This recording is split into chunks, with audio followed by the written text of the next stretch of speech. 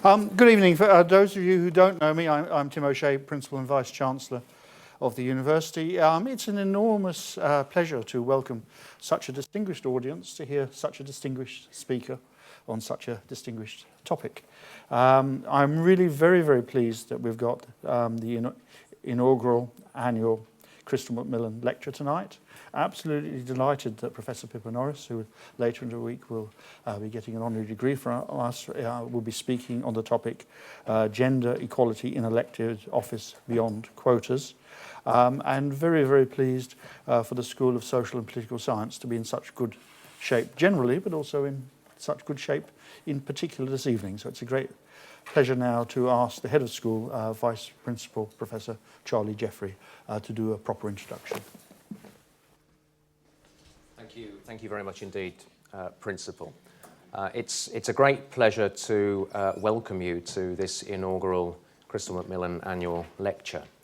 The School of Social and Political Science is proud to be based in the Chrystal Macmillan building, which is a fully repurposed and refurbished building which was earlier part of our medical school. We're especially proud that our building is the first building at the university to be named to mark the achievements of an outstanding woman, Chrystal Macmillan, some of whose achievements you will see flashing up on the screen behind me. We chose to name the building after Chrystal Macmillan for a number of reasons. She was in many senses a pioneer. Born in Edinburgh in 1872, she was the first ever woman to graduate from the University of Edinburgh in science in 1896. She went on to become a lawyer, and in 1908 made history again when she became the first woman to plead before the House of Lords, presenting her case that female university graduates should be given the right to vote.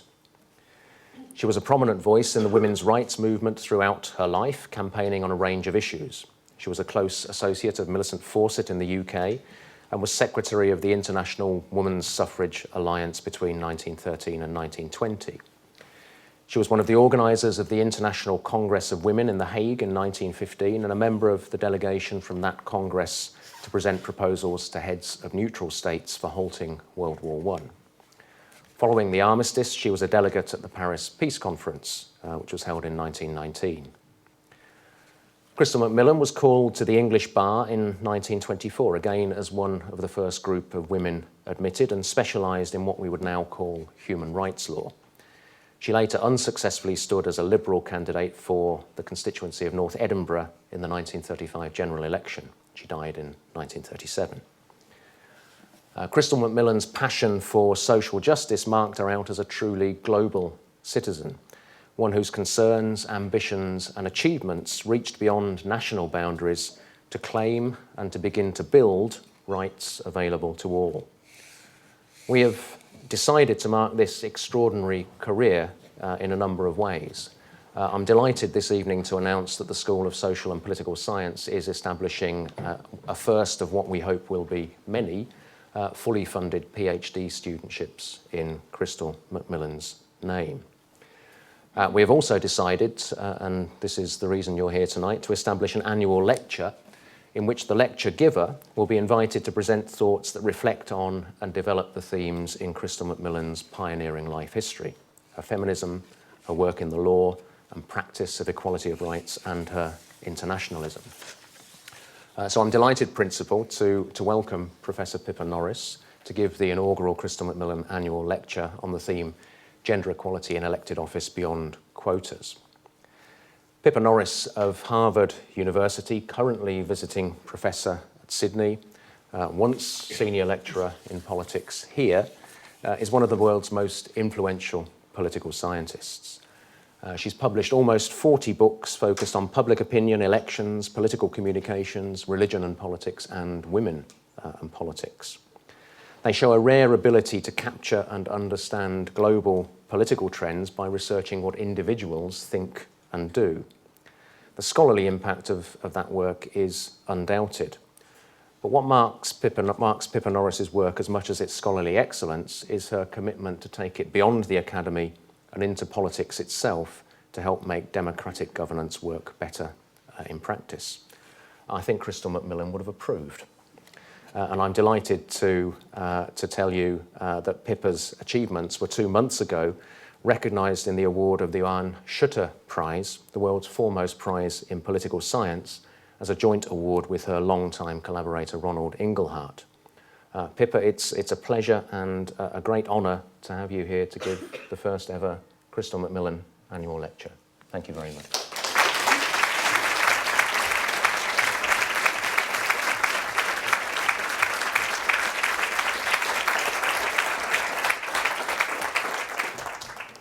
Well, it's a marvellous honour to be here, both to be back in Edinburgh, which I was here about 20 years ago, to see old friends, as well as many colleagues which I've known about for many, many years. And I particularly like to thank the Principal for the very kind invitation, Sir Timothy O'Shea, and Charlie Jeffries for the very kind hospitality as well, and the school. And I'd like just to mention three colleagues who have really influenced my work. Malcolm Anderson, who was the Professor of Political Science when I was first appointed to Edinburgh, and who very much worked on these issues at the time. We put together a book, which he edited, on women in Europe and gender equality issues, and that really influenced me. In addition, Alice Brown, who everybody in this room will know, who again in her life's work has really been a tremendous influence, and who was here with Mary Buckley and others in the school when I first arrived, and provided an incredibly hospitable environment for inspiring this sort of work. And of course, the next generation as well. We have to mention Fiona Mackay, who's taken this work forward and has been a very influential person in terms of issues of gender and equality. So what I'm going to talk about is some of the work which I've been doing most recently, which is on gender equality beyond quotas. Now, of course, you can say, why do we need to go beyond quotas? Don't they work? Well, this is work which I've been doing in particular for the OSCE, Organisation of Cooperation and Security in Europe, as well as for the UNDP. And I've been doing it particularly with Mona Lena Crook, who is one of the foremost younger generation of scholars working on gender equality. And we're looking at some of these issues anew, not just theoretically, but also to say in practice. In countries in particular where gender quotas are less acceptable for a variety of reasons, either historically or culturally, what else can be done and what else works? And as I say, this is very much inspired also in the tradition of Chrystal Macmillan.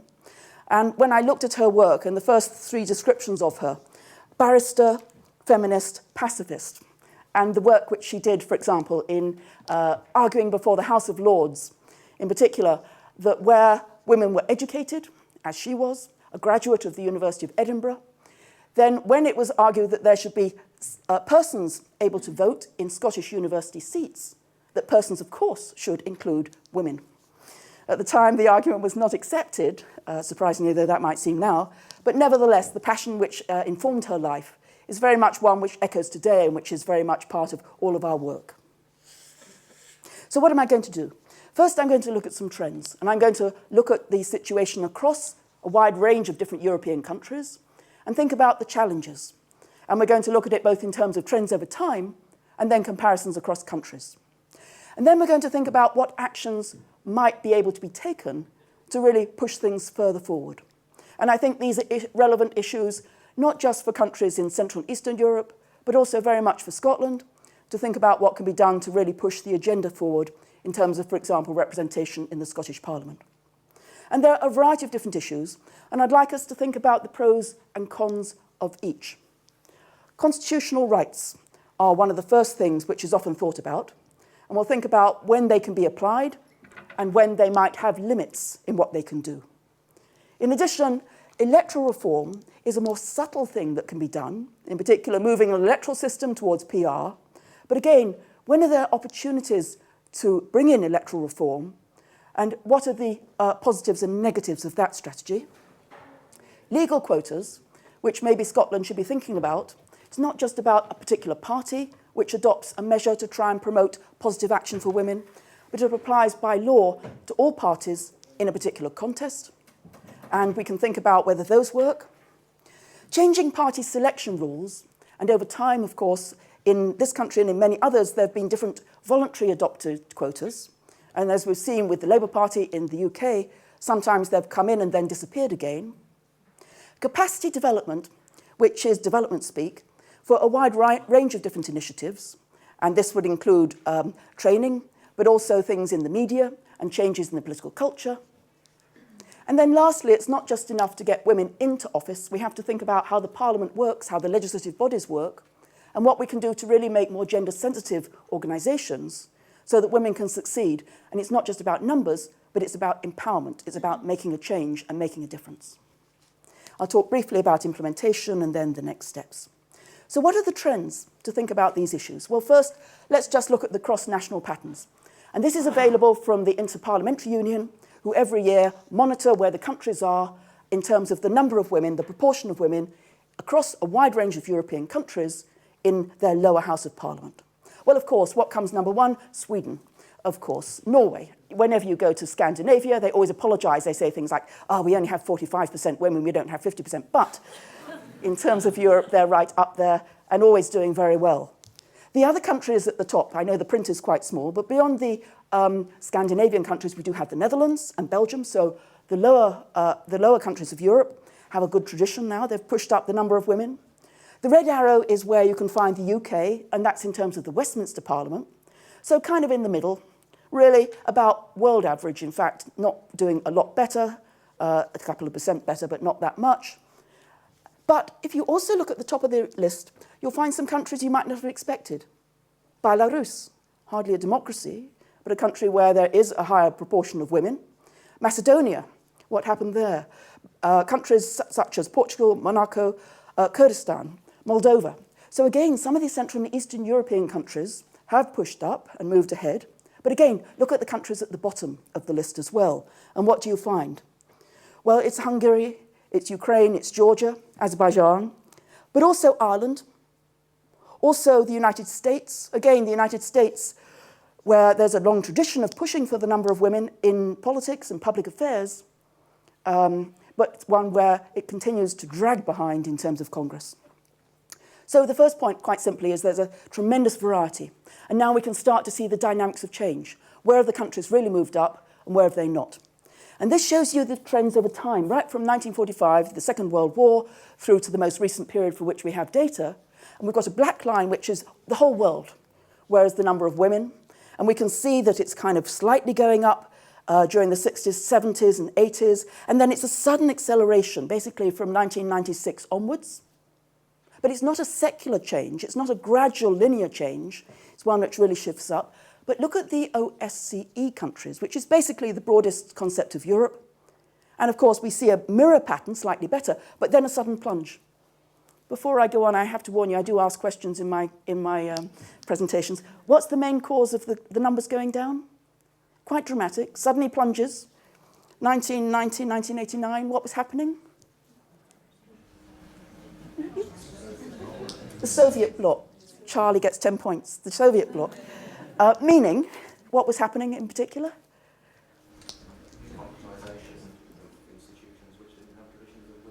Yes.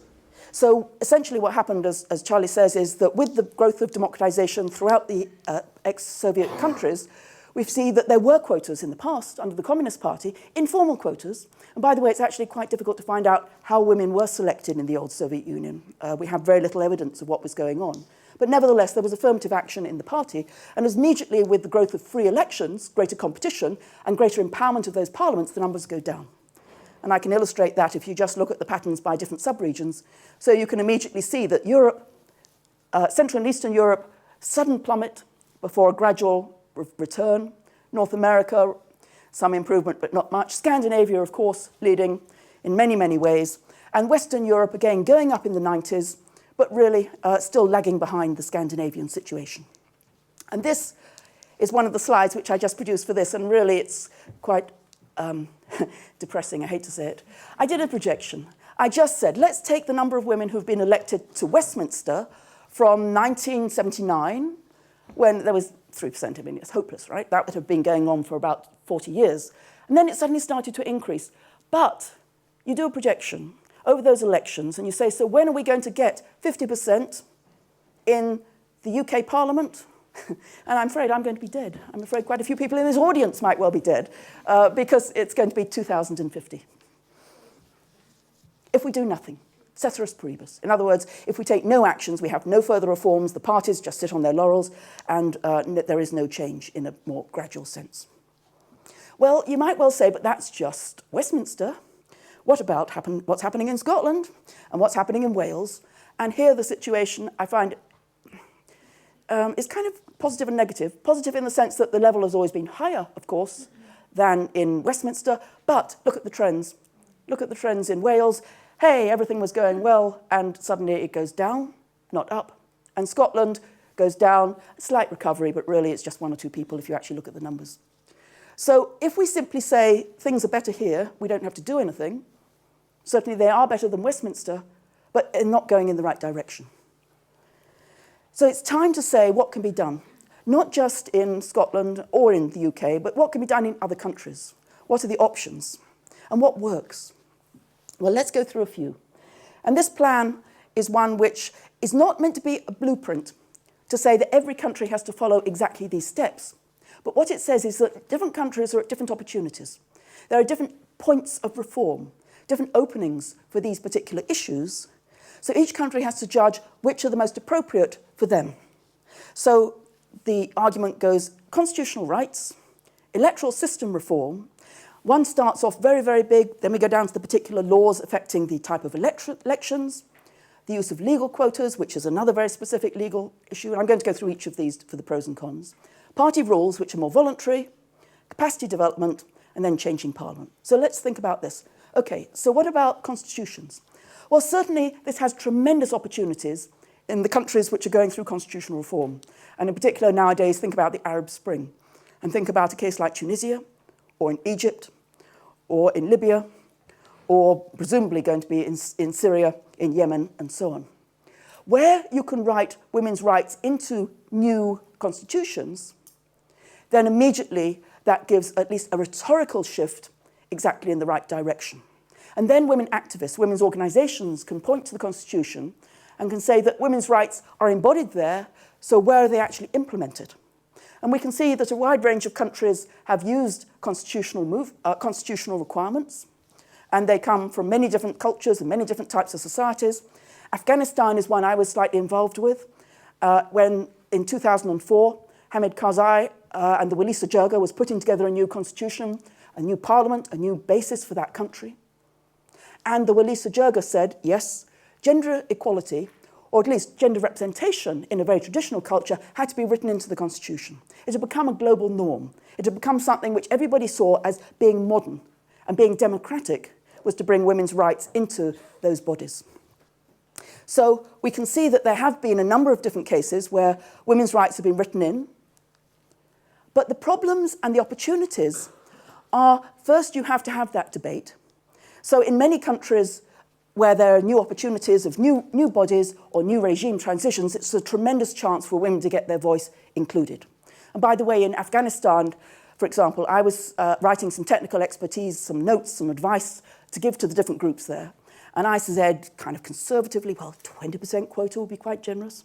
But the women there said, no, we want 40%. We don't want any of this 20%. We're going to argue for a much stronger quota than that. And indeed, they ended up with a constitution which said that a third of the new parliament in Afghanistan had to be women, and a third of the parliament was elected. So where there's a new transition, particularly in traditional cultures, then it's argued that you can really give new opportunities for women to make their voices heard and to get their rights written into new constitutions. The problem, however, is that it really depends on the implementation. And as we know, it can be just there as a symbolic gesture to make the country look modern, but in practice, the implementation depends on the courts, it depends on further legislation, and the devil is often in the detail when you get to that further legislation. France is the classic case in point, a parity law passed in order to achieve 50%, and as we'll see later, in fact, France, particularly in the first election, was a very disappointing result. Why? Because despite the rhetoric, despite the principles, how it was implemented failed for a variety of reasons. And of course, you have to remember that any constitution has 101 principles, and there might be many others which conflict with gender rights. And again, think about the issue most relevant in terms of Tunisia or Egypt, of how we think about Sharia law. And is that part of the constitution, as well as claims about women's rights? And how do you square those two things together? We can argue about that, but clearly there are many, many principles of constitutional reform. And by the way, I was just saying to Fiona, if for any reason, if Scotland moves towards independence, and that means a new constitution, then of course it's a tremendous opportunity to bring those things back into the agenda and to really make sure that women's rights are embodied in the new constitution. But fighting for these things is a lot of pressure. So the second step, maybe it's not the constitution which is going to change in your country, maybe it's the electoral system. And I've given you some figures here just to show you in Europe what difference the electoral system made. And this is a conventional thing that we've known about now since the mid-80s. Indeed, I helped to slightly discover it in 1985, which is that majoritarian countries, by and large, with first past the post or alternative vote or other forms of majoritarian electoral systems are far worse than proportional systems. And you can see in the year 2000 it made a big difference. So on average, those with majoritarian systems about 13%, and with PR list systems about 19%. Why that should be a difference? Why should PR elections be better for women than majoritarian?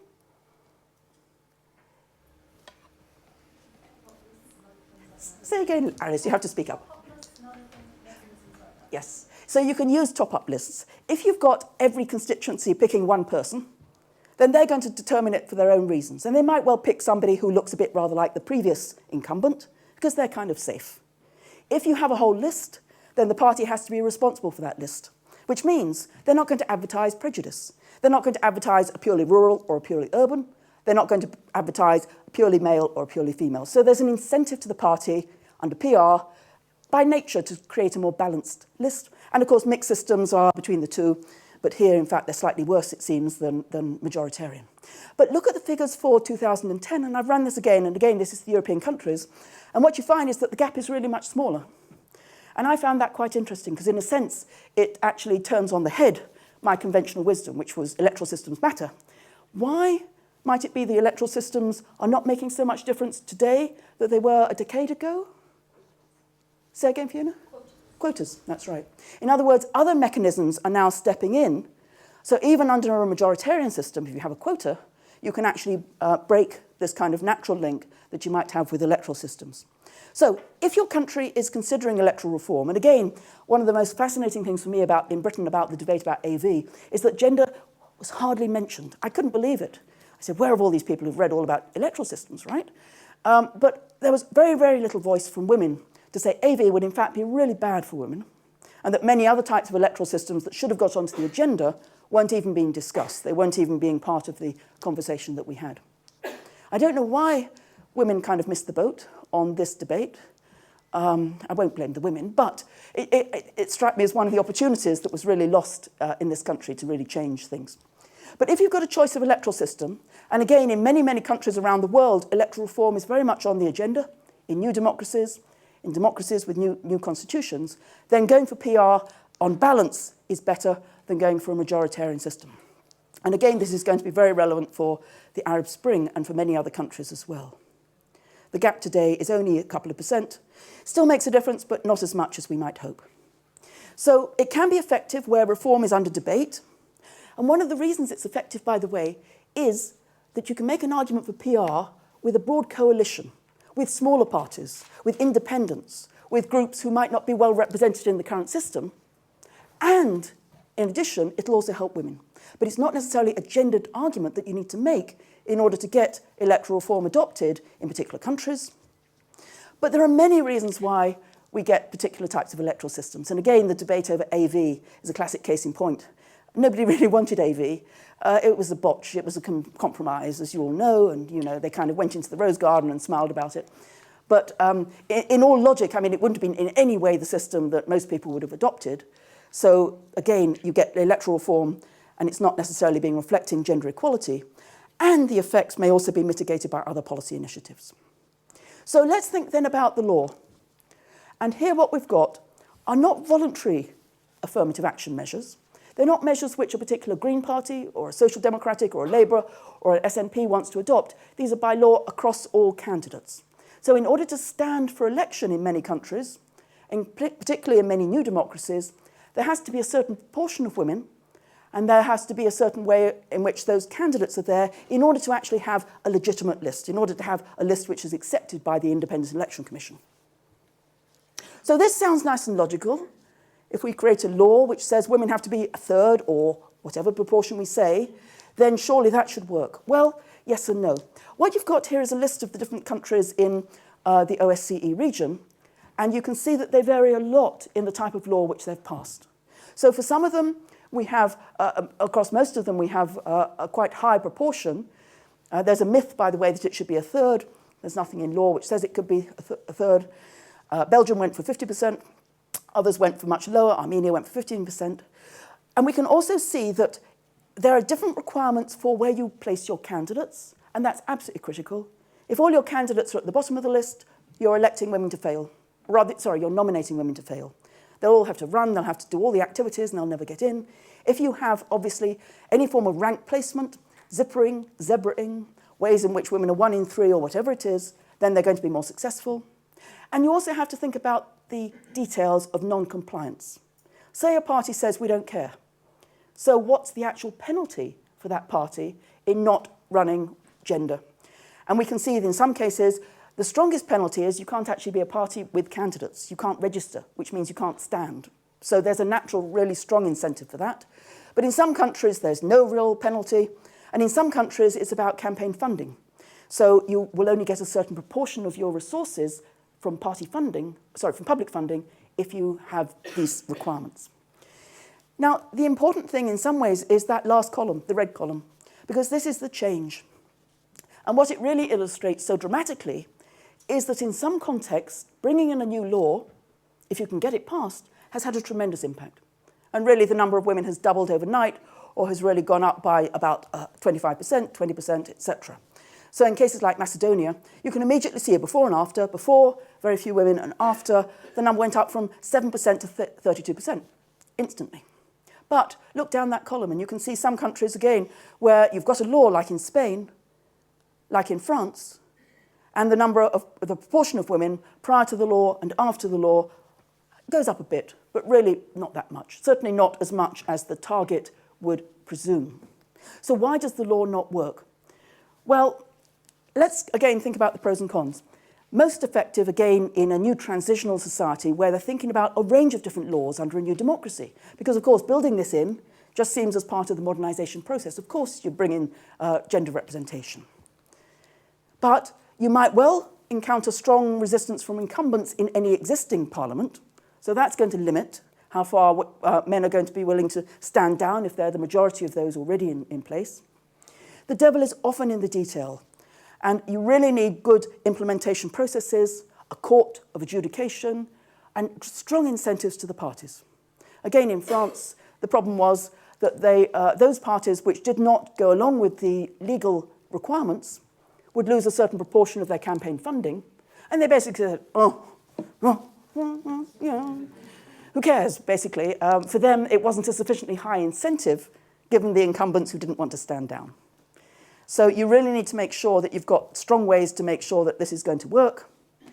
And in addition, by the way, some of the laws have appointed positions, not elected. This is particularly common in many Muslim countries. And those I find problematic. And the reason is, quite simply, the women don't have an electoral base. If you don't have an electoral base, you're not able to stand up to the party chiefs. You're not able to stand up to the leading politicians in your party. If you're elected, you're much more likely to have a constituency which really gives you much more empowerment, which is what we're trying to get at. Not just getting women in, but getting women in who can speak their minds, who can articulate women's needs, and who have a voice in what they want to say. And we also have to say, is this an option, and how does the public think about this? And unfortunately, the public themselves is often not that sympathetic towards these ideas. Here's a question that was asked in the Eurobarometer. And it's the standard Eurobarometer in 2009, so it's relatively recent.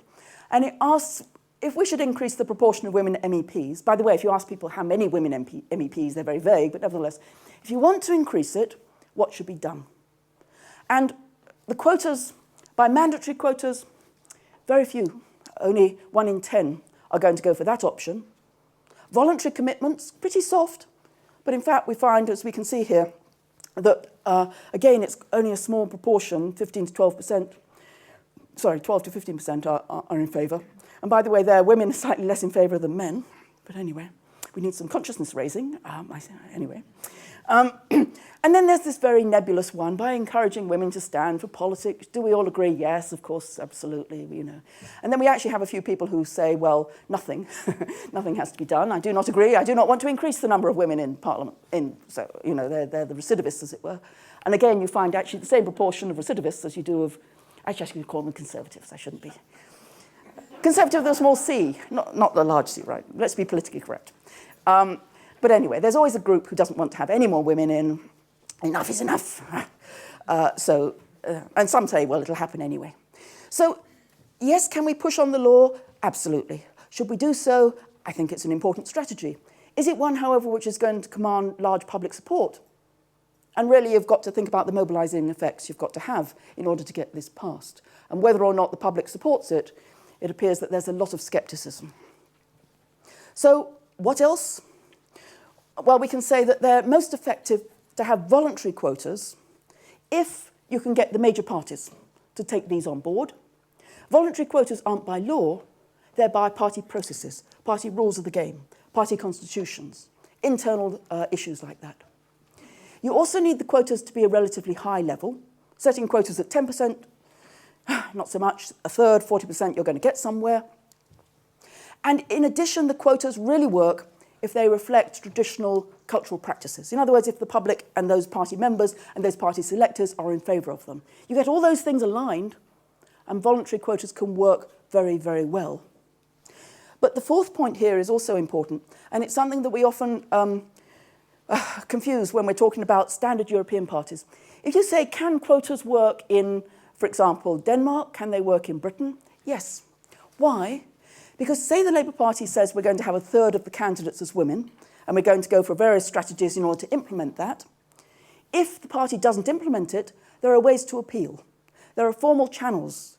In other words, the rules actually matter because that's why people debate the rules. If you think about many other countries, and you think about parties which are essentially top-down, they're not parties with a large grassroots membership. They're not parties with that much of a formal structure. There's a group of leaders, and there's a group of people in Parliament, and there's a campaign organisation. But there isn't really that much of a structure of what we had termed under Duverger mass branch party organisations. So if you have no rules that can be enforced, then changing the rules doesn't actually change anything. In practice, it's a symbolic gesture, but not a real gesture. So as soon as we say, of course, voluntary party quotas are good, they're widely accepted, and they work, but not in many African countries, not in many Latin American countries where parties have a very different type of structure, and not in Central and Eastern Europe, and not in Asia Pacific, where I'm also working to try and make some recommendations. So do we give up? No. We say capacity development, capacity development. Now, capacity development is a buzzword, and it's loosely based on Amartya Sen's notion that development is really about allowing people to decide for themselves, having choices, having capacities which allows them to make those decisions. Now, when we come to issues of gender equality in Parliament, what might it mean? Well, on the one hand, there are many categories of things called equal opportunity initiatives. So we can do training. Now, training is incredibly popular. Every single development organisation loves to have training. They throw in a course here in Latin America, and they do another one for the Afghan women. I just came back from a meeting in Dakar where we had women there from Bhutan, women there from Nepal, women there. They're the very first elections. And they were having training coming out their ears, basically. Everybody was wanting to train them. But what does it actually mean? Well, I think in many ways it can be effective, but again, the devil is often in the detail. And I'll specify some of the ways in which candidate training can be important. Recruitment initiatives are another thing that we can do, and think again about the range of constraints and knowledge networks, and I'll give you an example of one of those. So there's ways to actually expand the skills, the capacities, and the expertise of women who want to stand. And there are initiatives to combat stereotypes, and these are often ones where you work with the media, the independent media, to think about when they're covering an election, how are they actually depicting candidates? What are they covering? How are they talking about them? Are they demeaning them? Are they talking about them in terms of public policy and issues, and so on? And then we also have party initiatives, women's sections, women's organised groups, always been a long tradition in the Labour Party. Is it positive or negative? Well, it's both. It somewhat separates the women, and therefore if they're not empowered, it can be a problem, but it can also give them a platform to really articulate their interests and their needs. Funding policies and women's parties. So let's give a few examples of capacity. This is one of the best ones now available, and it's known as I Know Politics.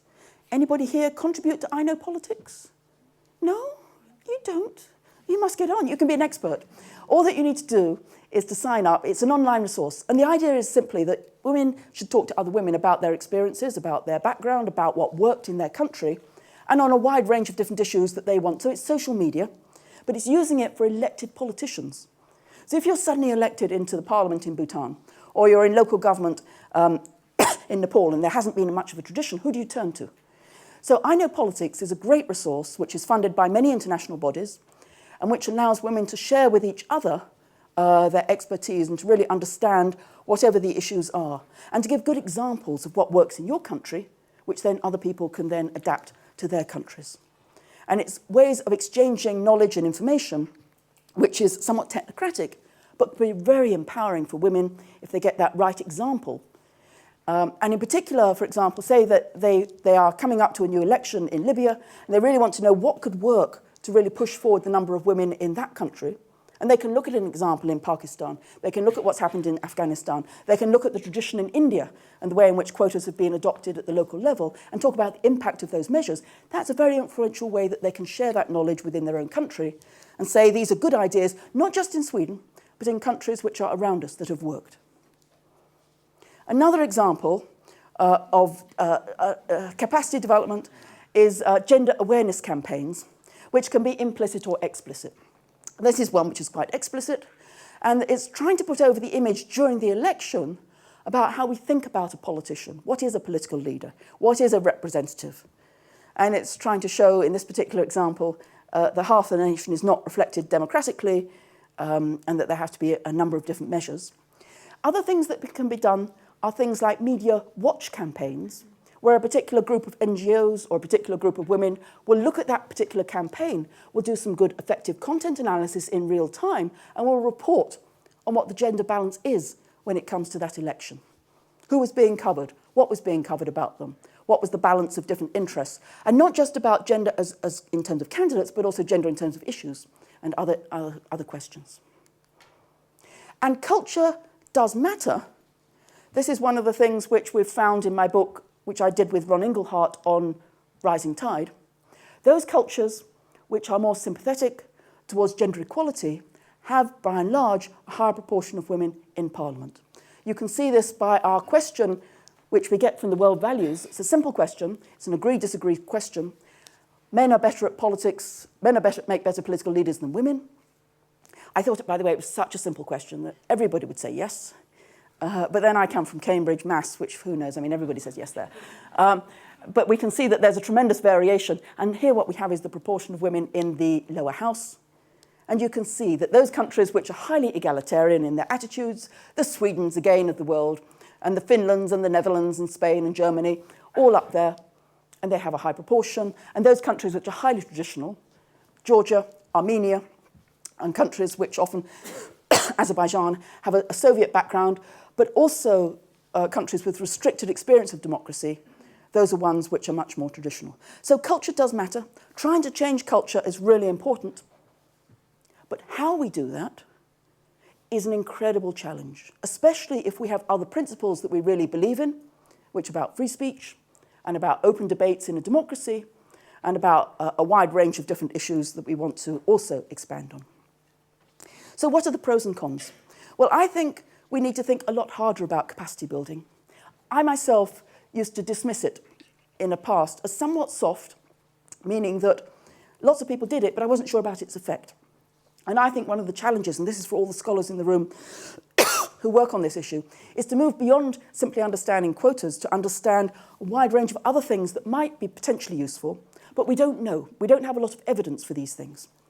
My hunch is that probably, excuse me, institutional capacity building is going to be more important than individual, meaning don't train each individual woman who's coming up for an election in each country develop an institution, develop a course, develop classes, develop ways in which universities take on some responsibility for thinking about not just women as politicians, but all politicians. What are the skills and expertise which they need? What are the ways in which we could try to expand those expertise? And again, I think we're only starting to think about that and to think about politics as a profession where the universities might actually be able to play a role in local government, in national government, and in a wide range of other things as well. And again, academics are often sceptical about that. They'll say, well, we can teach them about policy. We're not very good about teaching them about skills. But I think that's a challenge that we have confronted in other areas of our academic work. Think about the skills you need to be a lawyer. Think about the skills you need to be a doctor. Well, surely a profession of politicians is just as important as any of those. So we need to think hard about what skills we can actually transfer to all those potential pool of eligibles and bring those in. And a second thing is it matters not just to do it on a one-off. Don't do it 2 weeks before the election, that's far too late. Don't do it here and there, which is always what is happening. The international community reacts very slowly to these elections. Suddenly an election is called, suddenly all the NGOs go in. Do it on a long-term sustained basis over time and nurture that group of women and that potential group of eligibles and other legislative groups through a range of different career choices. So you go to them when they're eligible, then when they're nominated, then you go back to them when they might have been running for the campaign, and then again when they're elected. And then you're going to have a really more successful, long-term, sustained investment in capacity building. I think it partly depends on the type of skills, but again, this is a hunch. I think that we often try to train politicians in soft skills. I've been to so many different meetings where they're talking about communication and campaigning and how to speak. Well, yes, that's important, of course it is, but it's not the only thing. And you have to talk about hard issues as well, and often ones where international agencies don't want to go. But women need, and men need training in budgeting skills. They need training in legislative skills. You can't just be an amateur politician anymore. You have to know how to get the law passed, and how to work in committees, and how to work in constituencies, and so on. I think any training on any capacity building has to have issues of ownership. It can't just be us going to other countries to tell them what to do. It has to be South-South cooperation. If you take a country like India, which has almost 1 million women who've gone through local government, many of them illiterate, many of them from village areas, and you can pool them and bring in women from other neighbouring areas, like Nepal, like Bhutan, then you've got something where people can learn from each other, and which is really a very rich experience. In the same way, I think in European countries, in Western Europe, we can learn by having cooperation across Europe. We need to think about our teaching methods, but, and here's the big but, what you're doing is you're expanding the pool of eligibles, but it doesn't guarantee elected office. And this is part of the reason I've always been sceptical about training. We put a lot of effort into it. And often women, by the way, are told to go to all these things, even more than the guys are. So instead of campaigning, they're being trained all the time. But of course, if you train them to fail, if you train them and you don't do anything on the recruitment process as well, then that's worse than anything. And it's very difficult to establish good evidence that training and capacity building actually makes a difference in the longer term. So I think for the scholars, that's where I'd love to see a lot more research being done so we can demonstrate. And here, by the way, we need to bring in some good social science methodologies, including experimental methods, as well as surveys, and not simply thinking that we have to survey before and after the group who went to the training, but think about much better ways of actually establishing whether these sorts of initiatives have had an impact over the long term. So the last thing, and then I'm going to open up for questions, is parliamentary reform. And again, it's not just enough to get numbers of women in, and you can do that quite easily through legal changes, you can do that through constitutional changes, but you've got to think, what body are they entering? And how do they have the power to actually be effective in those bodies as well? And so here what we've got to think about is, it's very much like when you get women into management. Often the assumption is we've got to train them, we've got to give them skills, we've got to give them opportunities. But then if they're simply working in an environment which is structured in one way, it's not going to be one where they can necessarily succeed. So here are 4 things. And by the way, there's a new report by the IPU called Gender Sensitive Parliaments. Excuse me. The Swedish Parliament has been doing a lot of work on this issue. And they suggest we need to integrate gender equality issues across the board. That's one area, including, of course, gender-friendly budgets, commissions, action plans, reports, legislation. So that's part of what needs to be done, including monitoring gender issues across these different areas. We need to think about the conventions and norms of Parliament. So how do you get to be a committee chair? How do you get to be a spokesperson, an opposition spokesperson on the committees? How do you get to be the main positions in the Speaker's chair? Often there are standard operating procedures. For example, you have to be in there a certain amount of time, and it's just over years. You will eventually get to be a chair. Well, what does that do? That benefits incumbents. So the more that we can think, is that what the basic principle should be? Or should we really change the ways in which we have norms for appointments and advancements? We need to build in induction programs again for parliamentarians. And this is we're starting to do this a bit. And here I'll touch a little bit on the Kennedy School experience. Every 2 years, with the midterm elections, we always have the members of Congress who come to the Kennedy School immediately after they've been elected, and before they even get their offices in Congress. And the idea is that this is a very crash course in policy analysis, but it's a real opportunity as well for politicians to talk across parties and to talk across interests and to really get together for quite a short period, but really to think about what sort of skills, what sort of background, what sort of experience do they need. But I think we could do a lot more than that. And again, we often tend to think that politicians are, in some ways, amateurs rather than a profession who could be potentially given skills.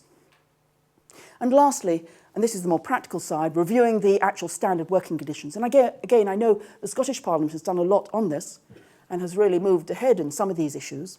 But do we want to have, for example, the highest priority on things like debates, standing up, having strong adversarial arguments?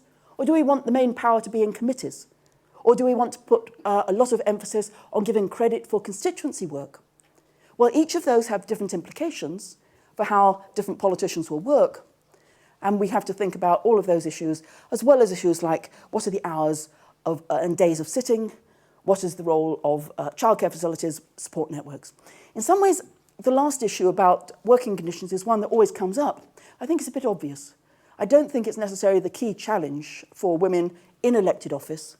I think some of the other things are much more subtle about how the institution works. And again, there's a lot of soft data which says that the women who get in, for example, the group who got in 1997 in the UK Parliament, that they were very dismayed by the way in which the actual institution worked, by the role of debates, by the criticism that was made, by the personal animosity and the adversarial nature. Well, we need to go a little further than that and really build in some systematic understanding about how that could be changed. And that's as important as doing things like changing the hours of sitting. So to conclude, I'm not going to talk about that, the conclusions.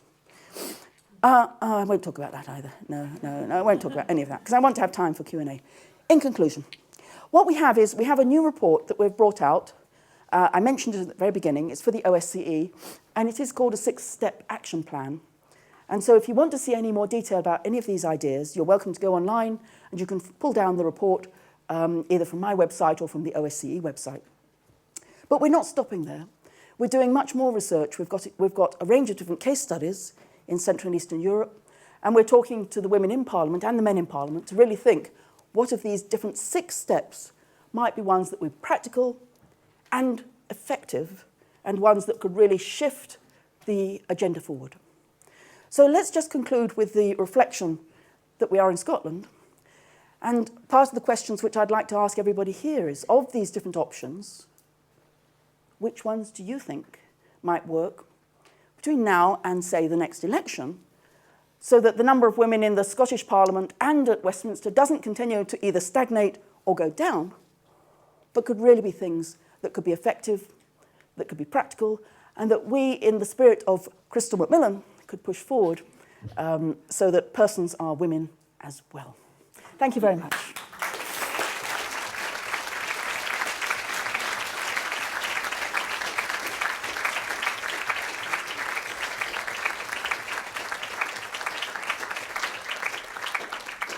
That was great. So I'll chair the questions. Yes. That was a wonderful lecture. So questions, don't forget to say who you are and don't speak too long. Please. There we are. Hello, I'm Anne Johnston. I work for the Herald newspaper. Pippa, that's a fantastic talk. I thought you'd been talking for a few minutes and I see it's 10 to 7. Do you think that there's a sort of tipping point when it comes to women's representation above which a change in culture becomes embedded, or is that a bit of a mirage? This is the classic question about, is a third a magic number? And so that after that we get a critical mass.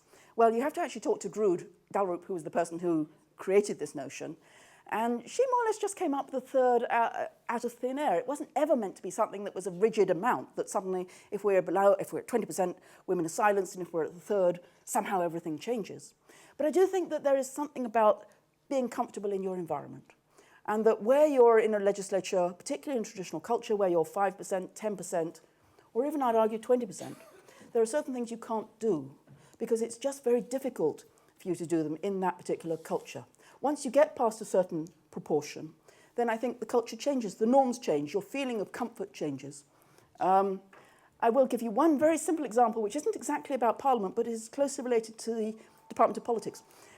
When I was there, Malcolm Anderson in particular very much pushed up, and very successfully pushed up, the proportion of women. So when I joined, it was about 40%, I think.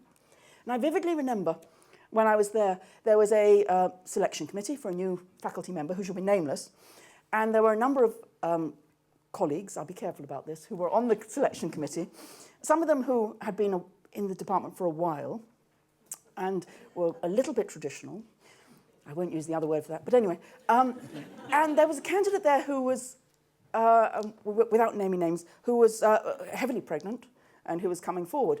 And one of the older candidates, one of the older selectors said in the staff meeting, and I remember this, he said, well, of course, XX, who's applying for us, is very good in all sorts of ways. We know her very well, but of course she is heavily pregnant, but of course I can't say that, can I? And immediately it was because that culture had changed. And because in some ways women had become the norm in the department.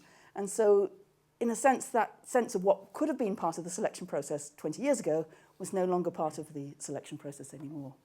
But I still remember that from my days. Very good. Next question, please. I have said a few things controversial, you might find that. Please, yes. Marcia Scott from Engender. I heard Drew Dalrup speak a few years ago about the Scandinavian situation, and she was talking about quotas, and she was saying that she thought the Scandinavian countries had sort of stalled in their progress, and that there was the sort of traditional bit by bit change, and then there was this, seas change through quotas, etc. But I have to say, when I see the chart there, they're still so far ahead, and I wondered if you had any opinions about that analysis and whether it was relevant for us. Well, of course, they have stalled in the sense that the number one country is now no longer Sweden. But the number one country in the IPU list now is? Rwanda, that's right. Rwanda has many claims to fame, but that's particularly one of them. And Andorra has suddenly shot out of nowhere and suddenly moved up as well. So Scandinavia has always had a long liberal tradition, egalitarian tradition. And of course, as you saw with that slide, they have gone up a lot. But I think they have stalled at a certain pace. And in the last couple of elections in Sweden and in Denmark and so on, the numbers have stagnated or even gone back slightly. So with all of these initiatives, you often find a step change, not a linear change. And again, in Britain, think about 1997. There was a doubling in the number of women in Westminster. Since then, almost no change. It's gone up from 19.7 to 22. It's nothing really. So you often get a moment when there's an opportunity. Why was that happening in 1997? It was a big change, of course, with Labour. Suddenly all those new members sweeping in. It was the fact that there had been affirmative action in the Labour Party, even though it was then withdrawn. The women had already been selected. And it was also that sense of time for a change, which really brought in that big radical shift. Since then, parties have often said, well, we've done it now, haven't we? Women have got up there, they're 20%, that's marvellous. And we don't need to do that much more. So then there's a period in which women have to get mobilised again, and we have to get that issue on the agenda again. And then maybe there can be another initiative and enough mobilisation to move things forward. But again, we have to say there are many other issues on the agenda. Whether this is one which is going to get mobilised in time for the next elections, I don't know. But fortunately, that's not my problem, because I'm not living here anymore. But anyway. So I'm going to ask the next question. How important are role models? I mean, you know, coming from the University of Edinburgh, you know, Jenny Lee is a wonderful role model, but you have others. You have Margaret Thatcher, you have Angela Merkel. What impact do women who achieve real prominence, you know, at cabinet, prime ministerial level, how does that change the game? I think my basic argument is that normally the individual leader who gets in is just an individual leader. So the time Mrs. T got in, people didn't think of her necessarily as a leader for women, for all sorts of good reasons. Even though Meryl Streep, I think, is going to be great, but we'll have to watch that.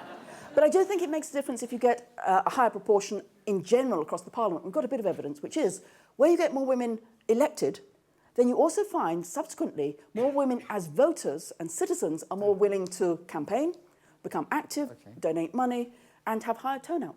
So if the Parliament goes up, then there's actually a mobilising effect on the grassroots.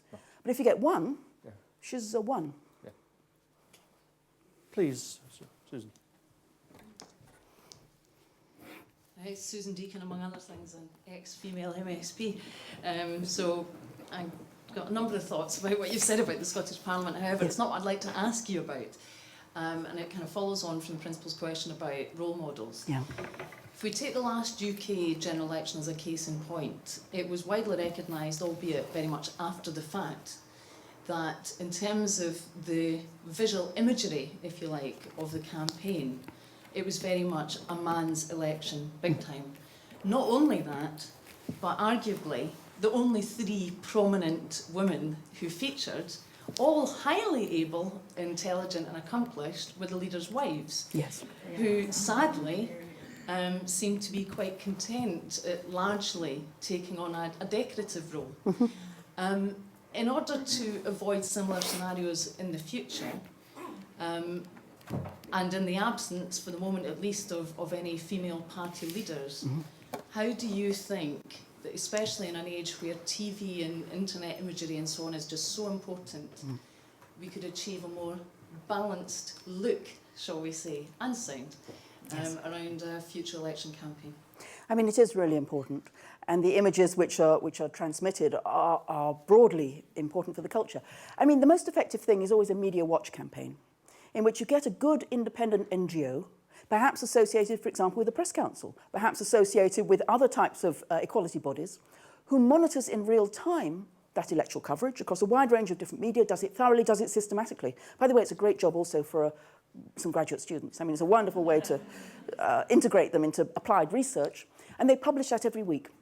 And this, by the way, has been used in many countries where there's real problems for opposition getting any voice, for example, in Putin's Russia or in Kenya, where in particular the government has a very large stake in the public media, but where a media watch campaign can publish that and can show disparities in any group, it can be minorities, it can be women, it can be opposition parties, then that's a real-time thing which then the journalists love, because then they can pick it up and it's part of their campaign coverage. In some ways, however, that's still something which is right at the end of the process. In other words, that's during the campaign, and you can show that there's disparities, and everybody will say that's dreadful, or some people will say that's dreadful. But if you can also do things by working with journalists during a broader long-term period, and here we're talking about training and capacity building for independent journalists in a variety of different types of election coverage. So I think building that into other types of activities is something which is really important in the long term as well. And we should look at things like where are journalists being trained, where are they educated. In the United States, for example, it's very much a university education you have to become a journalist. It's a professional qualification. In the UK, it's become slightly professional, but it's still often seen as much more of a trade, of an apprenticeship. In those apprenticeship classes, which are being taught, for example, in Cardiff and in many other places, one can look at the syllabus and one can look at the balance and one can look at what's being taught about things like election coverage, issues of gender equality and so on. And then we can make sure that that's actually integrated into the curriculum and into the syllabus as well. Another question? Yes, at the back, please. Neil Woodcock, I work in diversity and inclusion for the Royal Bank of Scotland. We're focusing lots on gender at the moment in terms of helping women progress through the organisation. But I also realise that women are just one of the underrepresented groups, both in politics and in society. So do you think a quota system would also be useful for promoting other underrepresented groups in society or in business in general? Yes. I mean, this is a big issue, Neil, as you know. particularly in divided countries, in plural societies, where there's many different social groups, each of whom want to have a stake in the political system. Around the world, there's an estimate has been made by Andy Reynolds that about 22 countries which have some form of affirmative action for parliament for minority groups. It can be based on religion, or it can be based on ethnicity, or it can be based on a wide range of other issues as well. So it can be used, but it can also mean that you get basically a segmented parliament where minorities are restricted to that number as much as empowered by that number. I noted when I was looking a little bit at the research on the Scottish Parliament that we had an article about gender diversity, including from Fiona's work, but it talked about the representation of minorities in the Scottish Parliament as being particularly low. If they're 4% of the population, I think the figure said, overall, which of course is many different social groups, but nevertheless, if ethnic minorities are 4%, but there's only 2 representatives, then again, we have to think about mobilising for those interests as well. And by the way, one of the other little anecdotes, I was really struck. I've been away 20 years, right? Really struck by the multiculturalism of the area. It's so much more interesting and diverse than it ever was when I left. That's been an incredible benefit, but it also means bringing minorities into politics is really important in all sorts of ways. Question from Sarah Boyack here.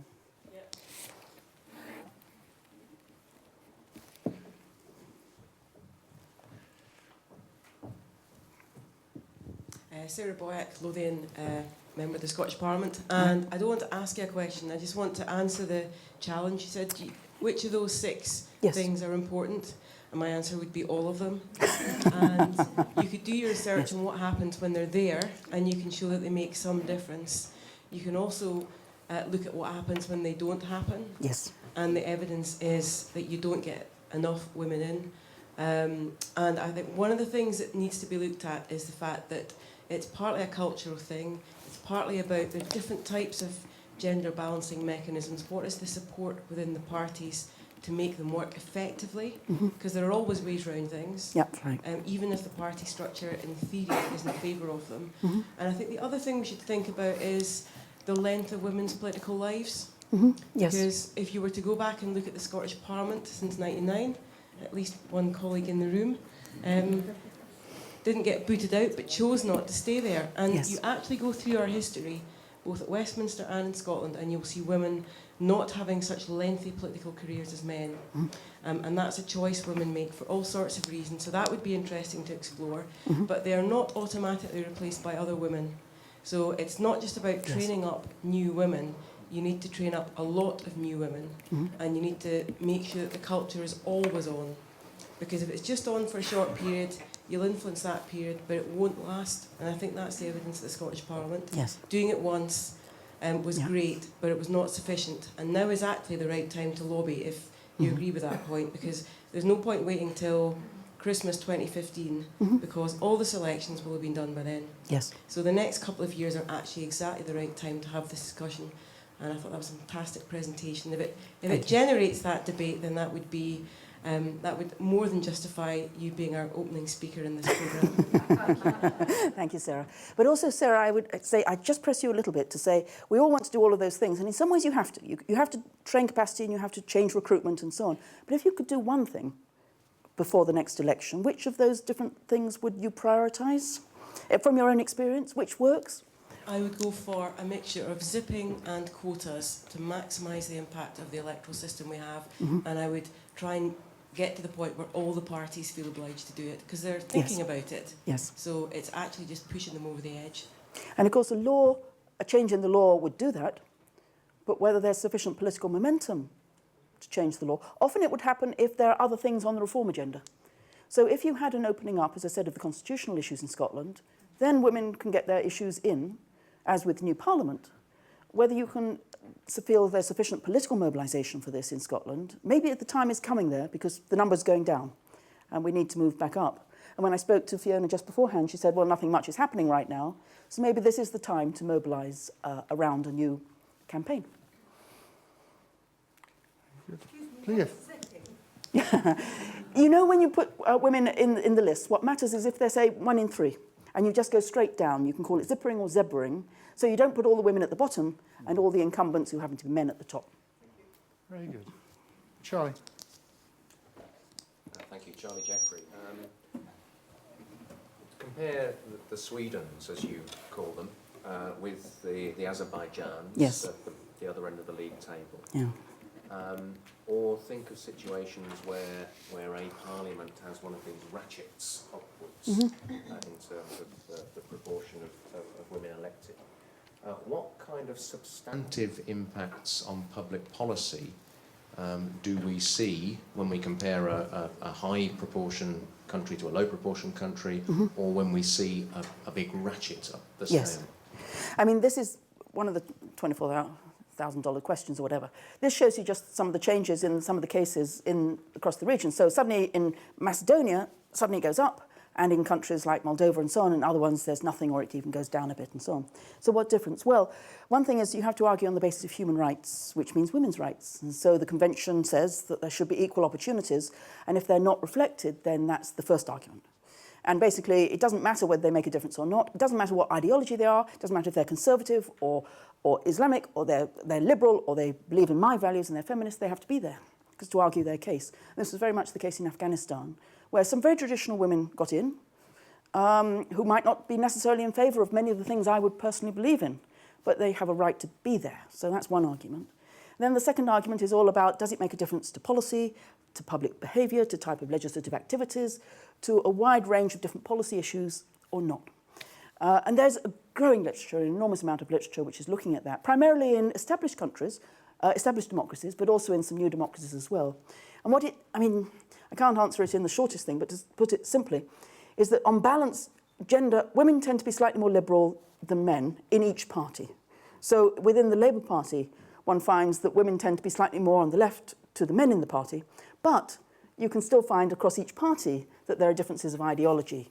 There are also differences in terms of constituency behaviour, we found. Women are much more committed to spending time with those individual personal problems, really helping constituency service, whereas men were spending much more time in their self-declared time balance in terms of things like debates and committee work and so on. But I still don't, but some of that evidence is still very ambiguous. It's best established in some of the Scandinavian countries, not so much certainly where women have just got elected. I'll just give you one more piece of good evidence, which is, let's think about developing countries and let's think about India. India has brought in, as we know, at the local level, the village level, panchayat level, women's quotas, which have been tremendously important, and brought in lots of women who don't have skills and capacities. Esther Duflo has done some really good work at MIT to compare those areas, the panchayats which have got women in, and those which have not, because they were on a random basis, and therefore you can compare one against the other. What did she find? Quite simply, that where there was a higher proportion of women, there were slightly different issues. For example, the issue of clean water, which is absolutely vital for development, and which is very much a woman's role, was one that was being improved in those panchayats. Where there were more men in those villages, in the panchayat areas, then there were slightly more emphasis on employment opportunities and trying to put money into those sorts of things.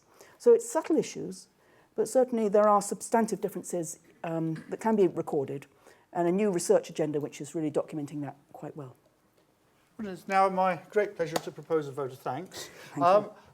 When the wonderful idea of naming the building after Chrystal Macmillan, and then the subsequent wonderful idea of having a Chrystal Macmillan Lecture came up, were people secretly thinking of Pippa? I mean, I can't imagine a more appropriate lecture. First of all, it was stunningly appropriate. It fit the history that Charlie recounted. It hit the position extremely well. It was entirely commendable. It was commendable because you were precise. I like numbers. Yes, I like numbers. I like numbers. And we had numbers, we had graphs, we had... not too many regressions, though, because I know people don't like regressions. Oh, I think they'll learn to love them. But I thought the precision, it was evidence-based, and it was very, very appropriate use of data, and that is extremely good. It was also an extremely practical talk. You know, one could easily imagine real people responding and carrying out real actions in the world. Yes. And then, as well as the precision and the practicality, it was passionate. It obviously comes from deep personal belief, and that was communicated with conviction and humour. So on all three counts, I would like to invite the audience in joining with me in thanking Pippa again.